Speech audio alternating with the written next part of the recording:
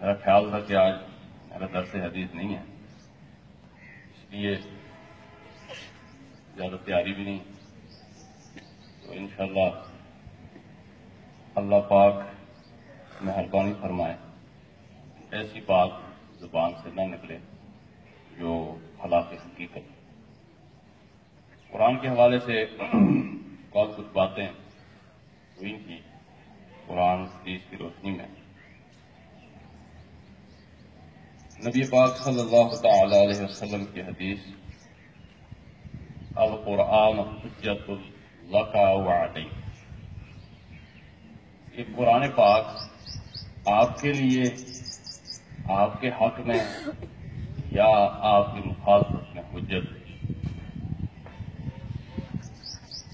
اگر قرآن پاک کے مطابق زندگی گزاری، جیسے حدیث میں ہے کہ اس کے حلال کو حلال جانا اور اس کی حرام کردہ چیزوں کو حرام جانا، اس پر عمل کیا اور اس میں جو احکامات ہیں ان پر عمل کرے، اور جو اس میں تماثیل اور مثالیں بیان کی گئی ہیں، جیسے میں نے کل بھی عرض کیا تھا، پھیر پھیر کر مثالیں، کذالک نصرف الآیات، پھیر پھیر کر اللہ تعالیٰ بار بار اللہ پاک قرآن میں مثالیں بیان کرتے ہیں، اور اس میں سابقہ قوموں کی جو ہے وہ مثالیں اور کہانیاں اللہ پاک نے بیان کی ہیں، ان کے قصے بیان کیے ہیں، عاد و سمود کے قصے بیان کیے ہیں، فرعون کے لشکر کے قصے بیان کیے ہیں، نمرود اور موسیٰ علیہ السلام کی آپس میں جو ہے لڑائی جو ہے وہ بیان کی ہے۔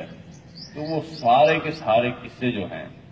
اچھے لوگوں کے قصے بیان کیے ہیں، اولیاء الرحمان کے قصے بیان کیے ہیں،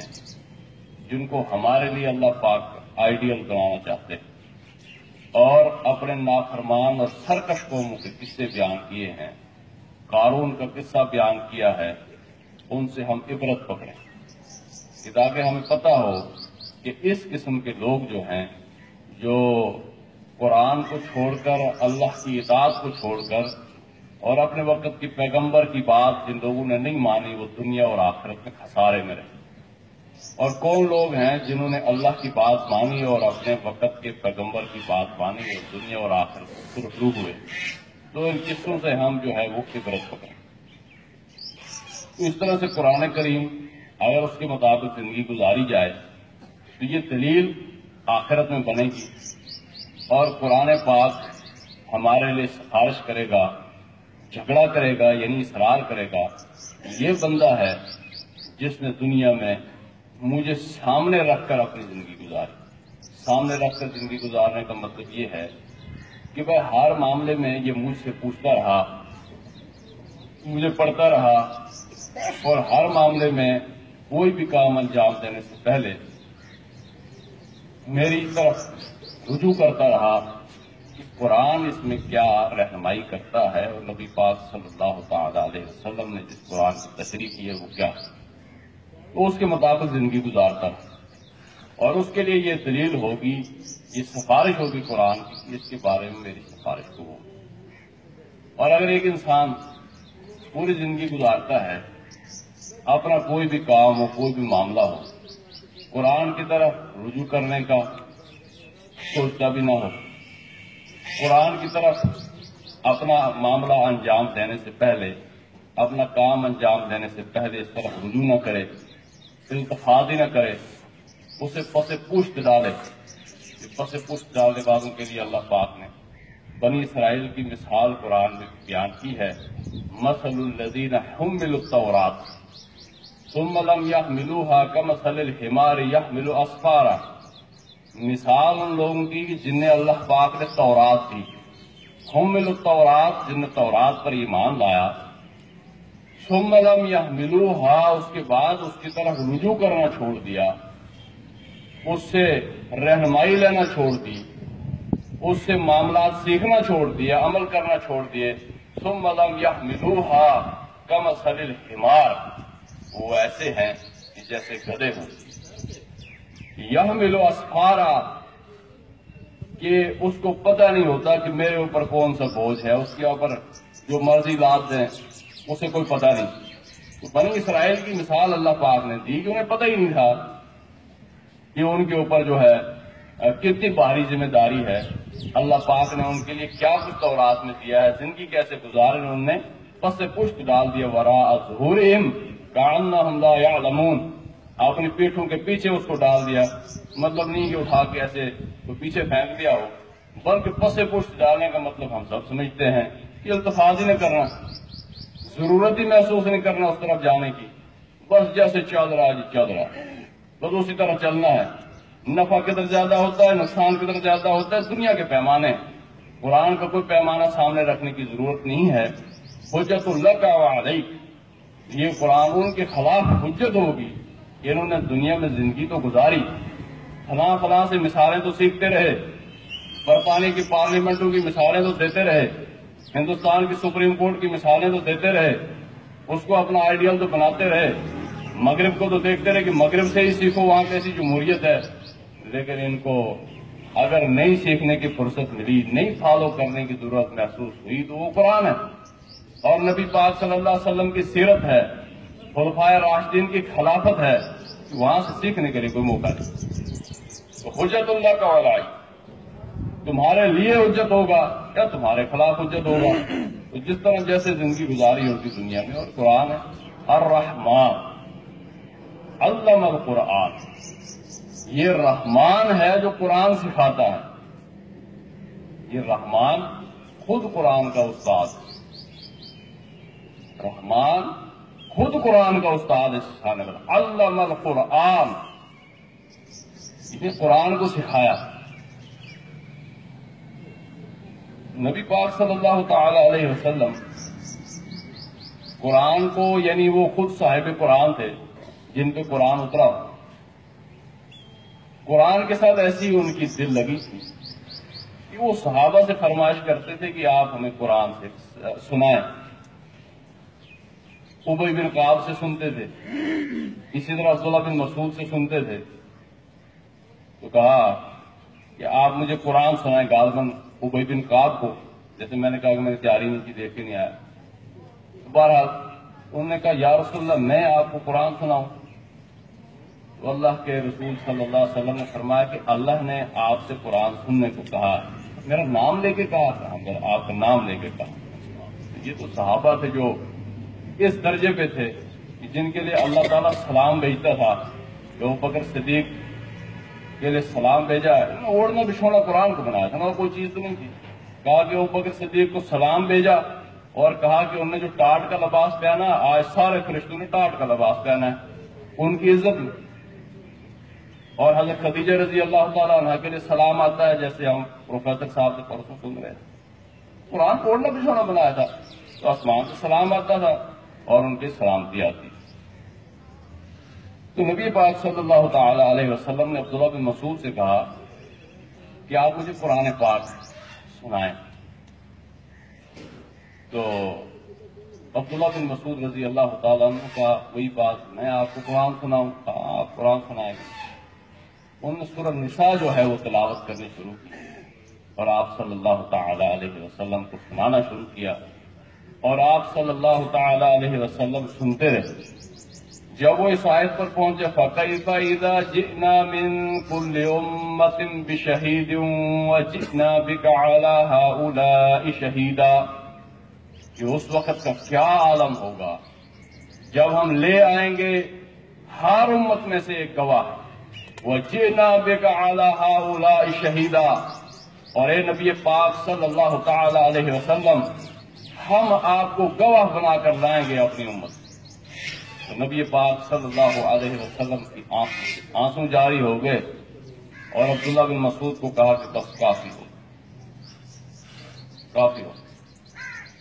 روک دیا، اور آپ صلی اللہ علیہ وسلم روتے رہے، آنسو بہاتے رہے۔ یہ گواہی آپ نے دنیا میں لوگوں تک پہنچائی، اور آپ صلی اللہ تعالی علیہ وسلم نے یہ گواہی اپنی زبان مبارک سے بھی دی تھی، زبان مبارک سے بھی دی تھی،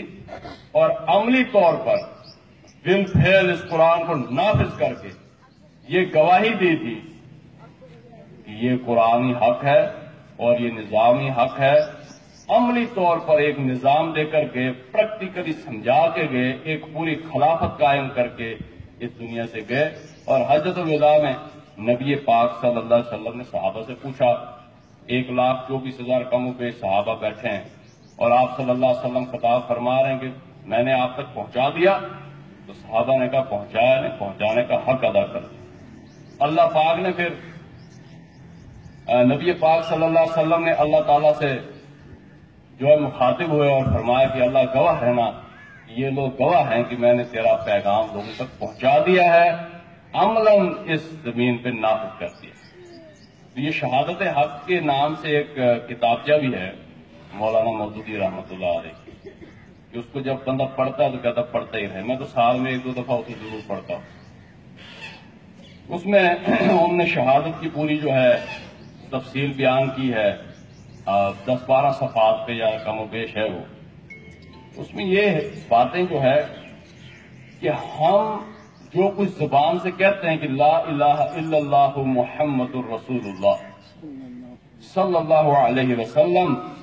کہ اللہ کے سوا کوئی معبود نہیں ہے. اب اس الہ کی اگر تشریح کریں تو یہ بھی بڑی لگتی ہے. اس کا یہ مطلب ہے کہ اللہ تعالیٰ جو ہے اس کے جو ہے اس ہی کی اطاعت ہونی چاہیے، زندگی کے ہر معاملے میں اس کی اطاعت ہونی چاہیے، عبادت اس کی ہونی چاہیے، دعا اس سے ہونی چاہیے، نفع نقصان کا مالک وہ ہے، حق میں مطلق وہ، اس کے ساتھ کوئی شریک نہیں ہے. تو یہ عملی طور پر گواہی ہو کہ ہم جو ہے اس قرآن کو ماننے والے اور اس پر چلنے والے. اگر یہ جب نبی پاک نے صلی اللہ علیہ وسلم نے دنیا میں یہ گواہی قائم کر دی، جو قرآن میں آتا ہے اذا جاء نصر اللہ والفتح ورأیت الناس يدخلون فی دین اللہ افواجا، کہ جب اللہ کی مدد، اس کی نصرت اور فتح آئی، جب مکہ فتح ہوا، جب عرب سارا کا سارا فتح ہوا، جب اس کے اوپر اسلام کا پرچم لہرایا، تو بہت سارے لوگ وہ تھے کہ جو گم و گو کی صورت میں تھے، پتہ نہیں یہ دین سچ ہے نہیں ہے، عملی طور پر اس کا ایک پریکٹیکلی ایک مظاہرہ نہیں دیکھا تھا. جب انہوں نے دیکھا تو انہیں یقین ہو گیا کہ ہاں یہ دین حق ہے. اسی لیے تو اللہ نے اس کی مدد کی، اور پوری دنیا کے ساتھ ان لوگوں نے چند مٹھی پر لوگ تھے. ایک شخص نبی پاک صلی اللہ علیہ وسلم ہے، اس کے بعد صحابہ آئے اور یہ دین پھیلتا گیا، کوئی ان کے راستے میں رکاوٹ نہیں بنا. ان کو یہ یقین ہو گیا کہ یہ ایسا نظام ہے کہ جہاں پر کوئی غلطی کرے تو وہ سزا سے بچ نہیں سکتا. ان کو یہ یقین ہو گیا کہ یہ قرآن کا نظام ایک ایسا نظام ہے کہ جہاں اگر ہماری چلو آدھی روٹی کا ہی حق بنتا ہے تو اس میں سے کوئی ایک نوالا بھی چھین نہیں سکتا. جہاں جس معاشرے میں ان کو یقین ہو گیا کہ یہاں پر کوئی بدماش بدماشی کر نہیں سکتا، جہاں پر اس قرآن کے نظام کے نیچے کوئی غریب کوئی مظلوم ایسا نہیں ہے کہ اپنی مظلومیت کہیں بیان کر نہیں سکتا. یہ ایسا نظام ہے قرآن کا نظام، یہ فرمایا کہ اگر آپ اسے قائم کریں گے، اس کے مطابق دنیا میں زندگی گزاریں گے، اس کے قوانین کو عملاً نافذ کریں گے، تو فرمایا کہ یہ زمین جو ہے یہ سونا اگلے گی اور آسمان سے بھی اللہ تعالیٰ اپنے رحمتیں اور برکتیں برسائے گا. کوئی کچھ جو ہے وہ بھوکا مرنے والا نہیں ہوگا.